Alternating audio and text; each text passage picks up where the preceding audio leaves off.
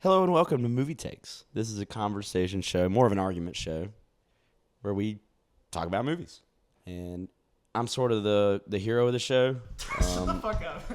Jackson's sort of on, I guess you'd say, is the villain or heavy of the show, whatever your preferred nomenclature is. But I'm the arch nemesis. yeah, but I love movies. He hates them. I would say that's a fair assessment. Is I that, wouldn't say that's very fair at all, you bastard. well, talk back. Like what? It's difference of perspective. I suppose. We're here to talk about Brian De Palma's 1978 film, The Fury, which we watched together a few weeks ago. I'd seen it before. He had not. Would you like to start? What is your opinion? My opinion on De Palma in general. I quite like him. Okay. Before The Fury, I hadn't seen many De Palma. I had seen Carrie.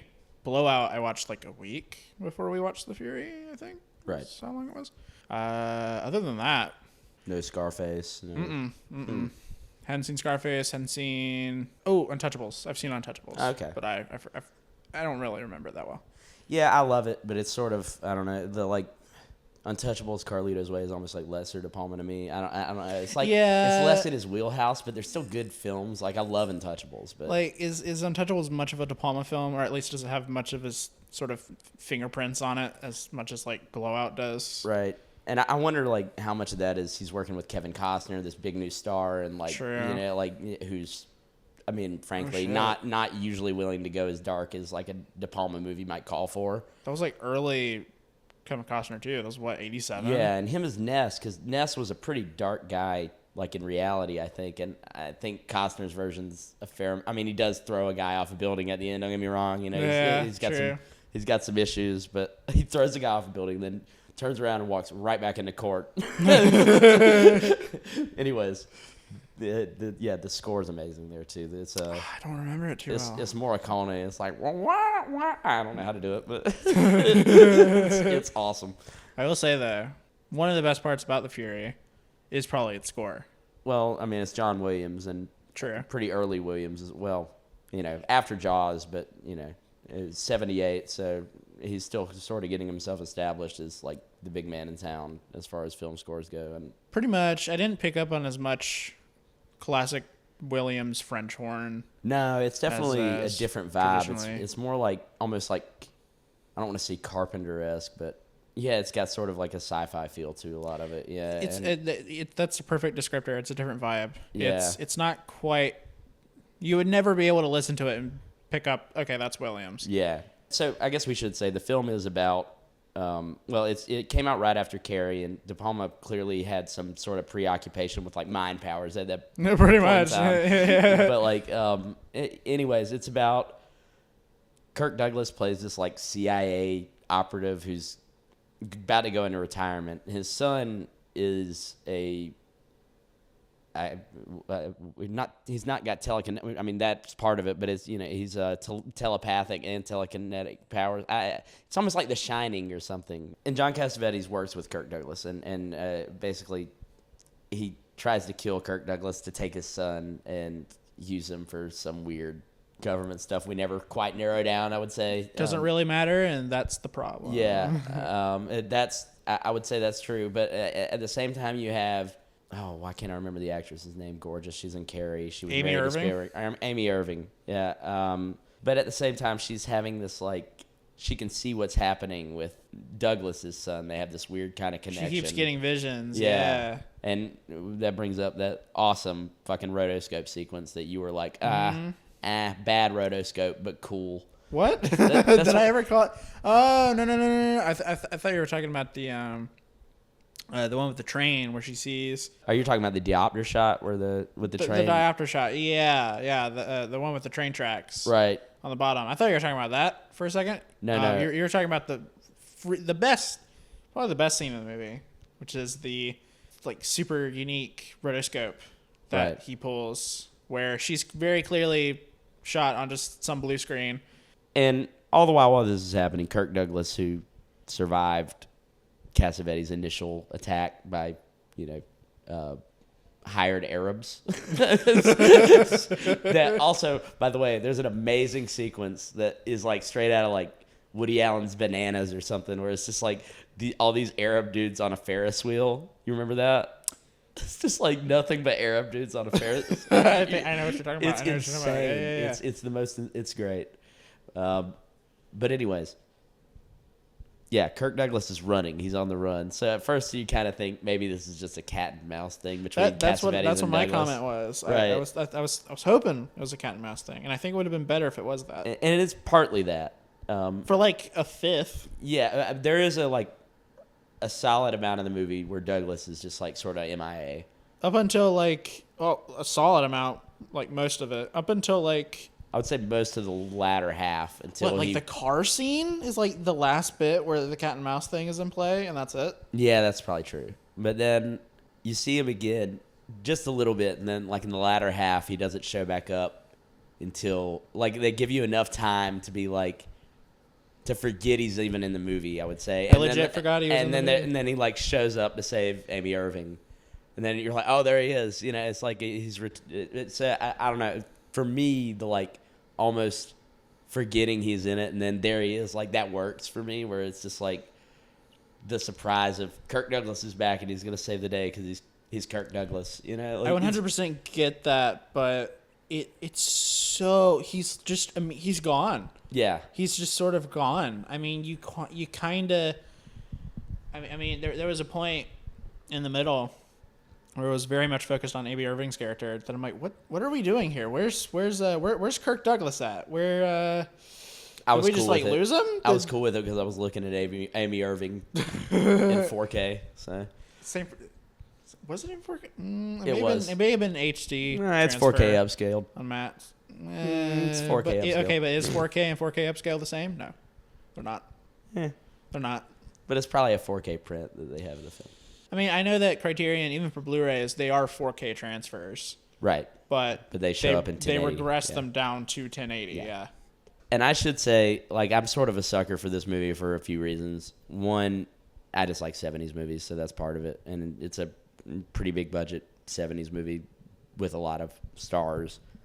Two, John Cassavetes plays the villain in it. And, oh, fuck yeah. He's so good. Yeah, and it's the most genius move in De Palma's career to just, like, give him a single black glove. Yeah. Isn't that great? Is there a reason why he has the black glove? No. Not really. And he goes up to, the lady who's taking care of Douglas's kid and is like, how is he performing in bed? And it's like it's this like weird B plot of, and I will say that is the strangest part of the movie, when it's like Douglas's son who's fucking this lady at this facility gets super jealous of these other men that are hanging around this lady, and then just like, and then he just eviscerates her. Oh, by the way, spoiler warning. Yeah, we're gonna talk spoilers. We're not holding off on that. Yeah, no, it's a 50-year-old movie. Catch up. Cassavetes is great in it. I was probably gonna like it no matter what, but like, I don't know. There's just something about it, and the editing you talked about is. The editing is absolutely my favorite thing. I mean, maybe that is just because I'm an editor, and it's my editing brain. Who edited it? Paul Hirsch. Okay. Well, there you go. Paul Hirsch edited. Well, he was one of 3 on Star Wars. Right. He edited Carrie. Yeah. He edited Blowout.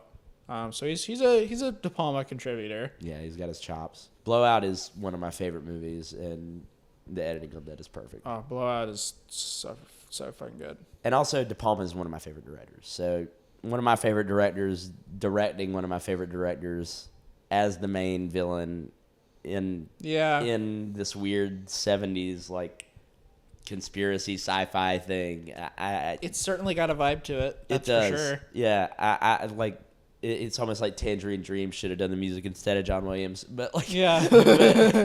but I don't know. It works for me. I'm just so held off by, because, you know, like I said, that's literally my favorite part about the film is the editing. I think there's some really cool shit going on. Like those real quick cuts instead of panning. Where instead of like, you know, zooming in on a hand, it'll cut close to a hand. That's so fucking freaky and cool. But where I get sort of lost from it is I just think it's mostly uninteresting. I'm not really ever pulled in by the plot. The middle, like the middle 50 minutes or so are like not the most boring thing I've ever watched. But yeah, I was for the Fury, I was just so uninvested. I think uninvested is a better word than bored, because there was some really cool shit going on that kept piquing my interest. But then as soon as it got back to Kirk Douglas is, because he like accidentally kills his girlfriend character. As soon as it gets back to him crying about that on the bus, I'm uninvested. Right. Well, what are your like favorite performances in the movie? John Cassavetes is number one. Yeah, I would say same. I would say he's like sort of the winner of the movie. He's the hero. He's the only one that really impresses me, but that's just because John Cassavetes is a fucking incredible actor. Was an incredible actor. Douglas impresses me in it quite a bit. Like especially when he's like jumping around from window to window in Chicago. I love that shit. When he's holding the fucking old people hostage. Yeah. What a great little. See, this movie's full of like it's a super serious subject matter, and it gets really dark at times and pretty fucking gory, but it's got so many little funny things in it. Yeah, like so much little. There's so much life in it that I would say is like typical of De Palma, but I can't think of other like great examples in his movies where they just have little. Like there's nothing like that in Blowout really, other than maybe when other than maybe like the videographer guy. Yeah, when he's talking to the press. Yeah, that's sort of one of those moments. I was testing out my new film, and I heard a screech, and here comes a car. Yeah, he's so full of shit. He's like chewing gum. That actor, by the way, plays a police officer in The Fury. Oh, yeah. Briefly. I can't remember his name, but yeah, the guy who plays the videographer that's working with Nancy Allen in Blowout. Spoilers for Blowout, by the way. Yeah, no. Go watch Blowout. It's on Amazon. Watch Blowout. No free ads, but it's on Amazon. Yeah, but the scene where he's taking these old people hostage, he's got like two of them tied up, and they've got, I guess, the like mother of one of the people or something. I thought it was their friend. I don't know. Some shut-in.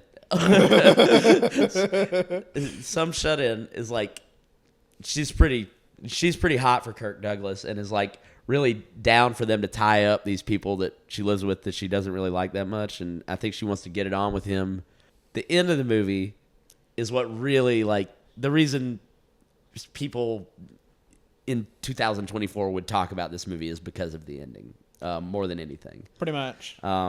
Basically, if you see the Scanners and, the head explosion, this, like, totally outdoes that for me. It's it does. Yeah, you know what? Yeah. 100%. It's like if Peckinpah did it. He's got, like, fucking 50 angles, and not only is it a head exploding, it's like a full mold of John Cassavetes. Cassavetes exploding in full gore. Yeah, and there's so many angles, so many cuts. Just you see the explosion over and over again, and then finally it like goes to a like slow-mo shot, and you see Cassavetes' head like go across the screen.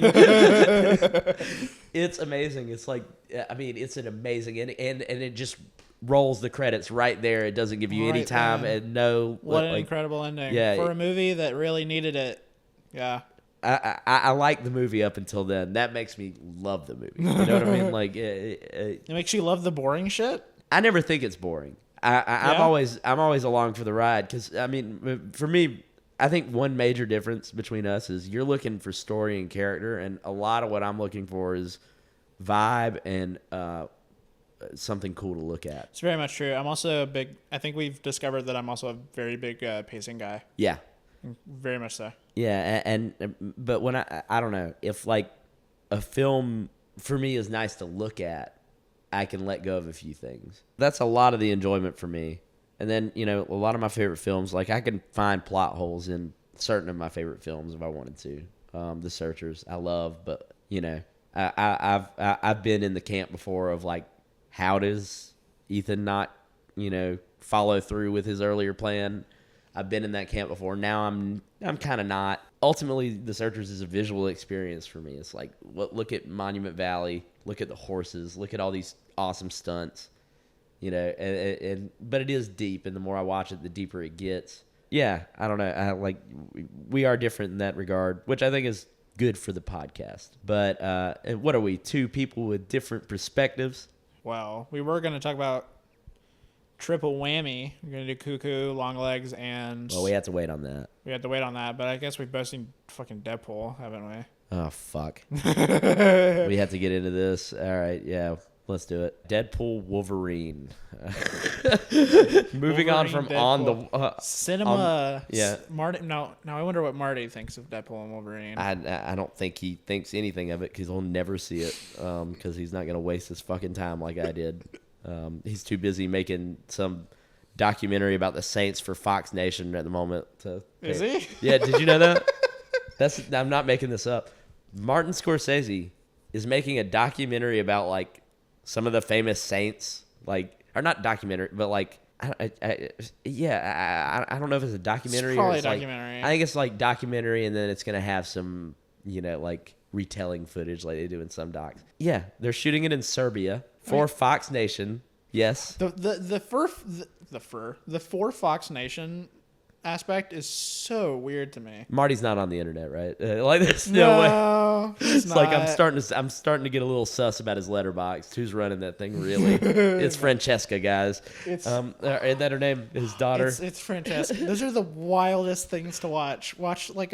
Go watch one of fucking Francesca Scorsese's TikToks where she's like guessing the slang. Like, oh, that shit's so funny. Slang. And it's Marty. It's Marty's guessing what like bet means. I love when she's like, "Do you know what slept on means?" And then she gives him context clues, and then her context clues are King of Comedy was slept on, and he was like, "Oh, missed at the time."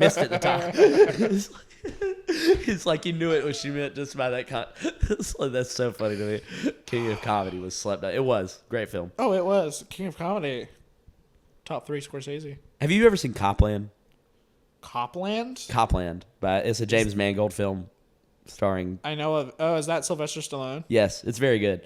But De Niro's in it as this. He's like, I guess he's a federal cop, but he's basically trying to catch the crooked cops in this town in North Jersey, and he's trying to get Stallone to work with him.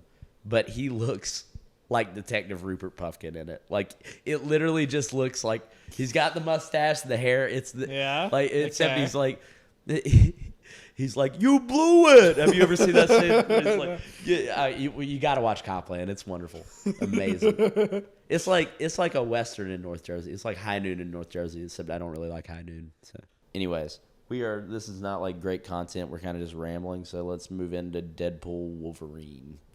Yay. You hated it. I hated it. Let's get to it. We both thought it sucked. This is going to be a pile-on. I don't usually like to do this, but like if we start talking about Baz Luhrmann's Elvis or something, I'm just going to shit all over it. It's good that you hate that film because that's fucking appalling. Baz Luhrmann's a fucking hack. Baz Luhrmann can go fucking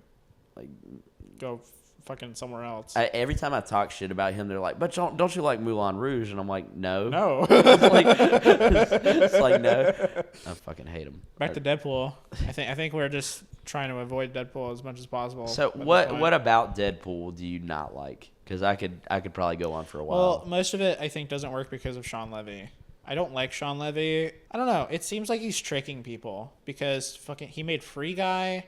And people were weirdly that movie's into a that. Piece of shit. It's like one of the worst films I've seen in a while. He made The Adam Project, which was also bad. Free Guy is not as annoying as Free genuinely horrible. Yeah, and you're right. People were like, "This is pretty cool." Yeah, they're like, well, it's a video game movie. Like, it's like, what are you talking about right now? Go watch Ricky Stenicki or something instead. God, Free Guy. Sean Levy he sort of has 2 eras in his career so far. The first one was early 2000s Basic McBasic comedy director, where he did, Big Fat Liar.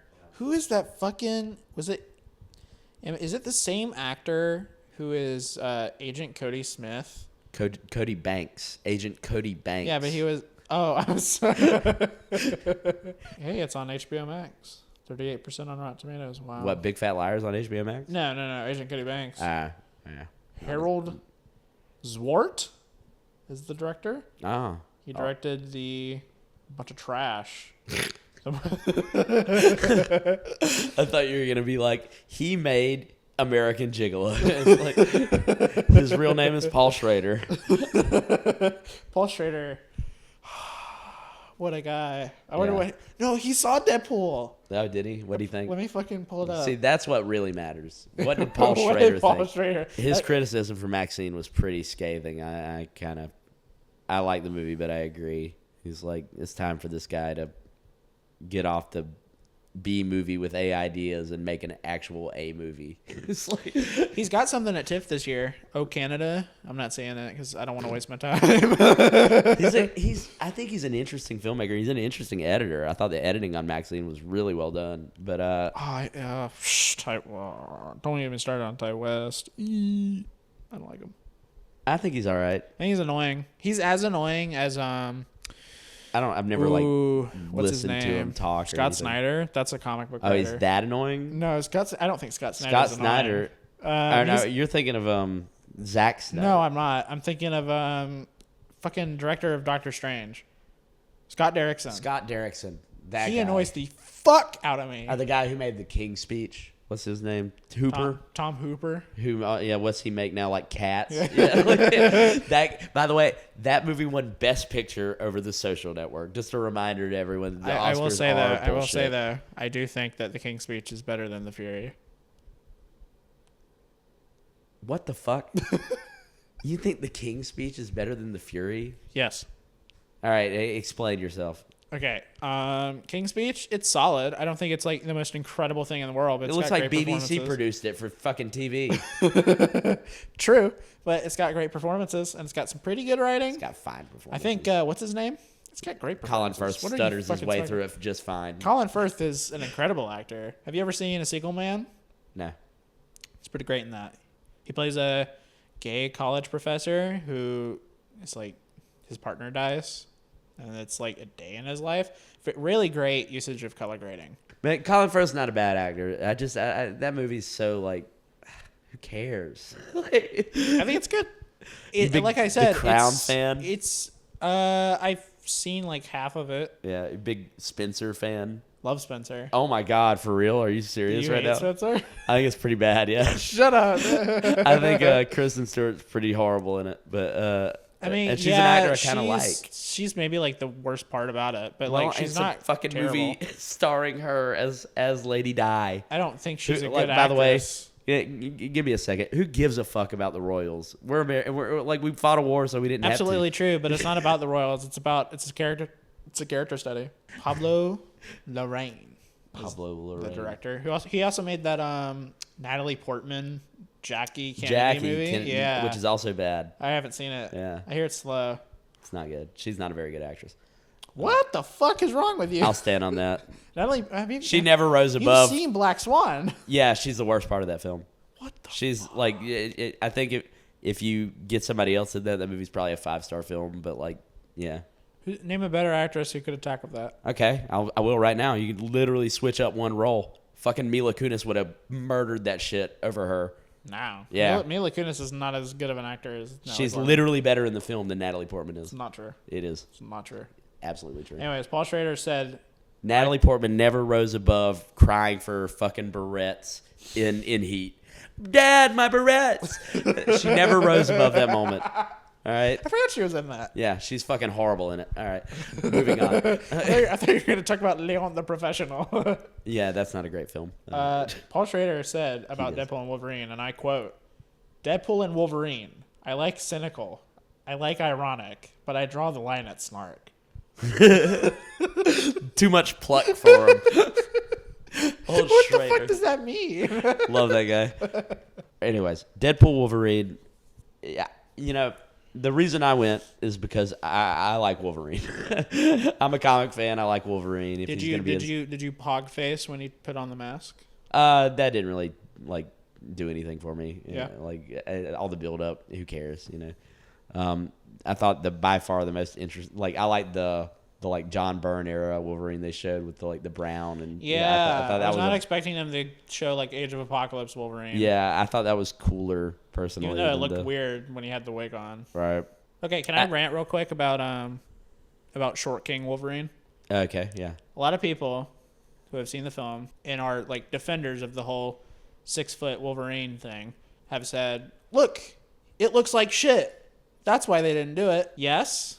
it looks like shit, but that's because I'm pretty sure It's because it's Hugh Jackman. Yeah, exactly. You're literally putting a guy with a 6-foot torso on like a tiny CG legs. Yeah. Like, yeah, it looks like shit because it looks weird. Yeah, if you got like Bob Hoskins in there. Yeah.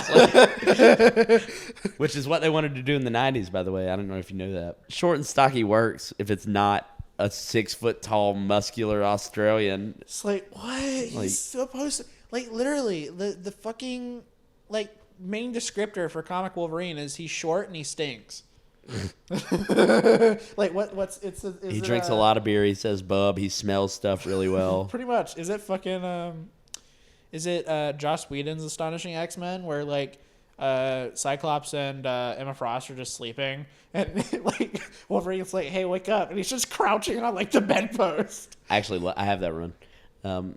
It's a great run. Fuck you, Joss Whedon, but it's a great run. Yeah, no, the new X-Men run leading up to that, the Grant Morrison one, it's my favorite comic run. So fucking good. Yeah, I have the omnibus of that. I love it. But anyways, Deadpool Wolverine. Again, I want to like it. One, because I love comic books. I love that character. Deadpool is grating to me. Even the first two movies, I can admit, are pretty well done for what they are. They're fine for what they are. Yeah, I mean, I just think, like it nails the character of Deadpool. 100%. I just don't fucking like Deadpool, so that's part of it. I think Deadpool is annoying. Yeah, same. Like I like him in the X-Force run that Rick Remender wrote. Yeah. Because he's just he's a member of the team. But in terms of like film, the only one I actually like him in is have you ever seen Hulk versus Wolverine? No. Hugh Jackman, fine as Wolverine. My favorite Wolverine might be the voice actor who plays Wolverine in that, just because he's got such a great voice for it. But yeah, that's literally Deadpool's in that. Right. And it's like the only piece of media where I tolerate him, other than like X-Force. Yeah. Honestly.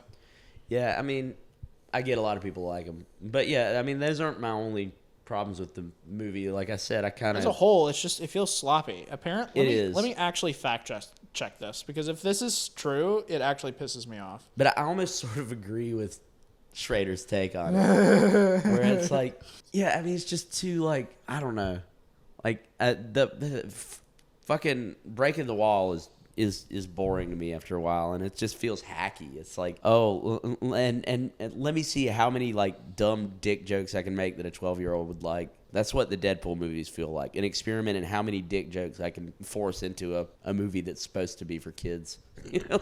True.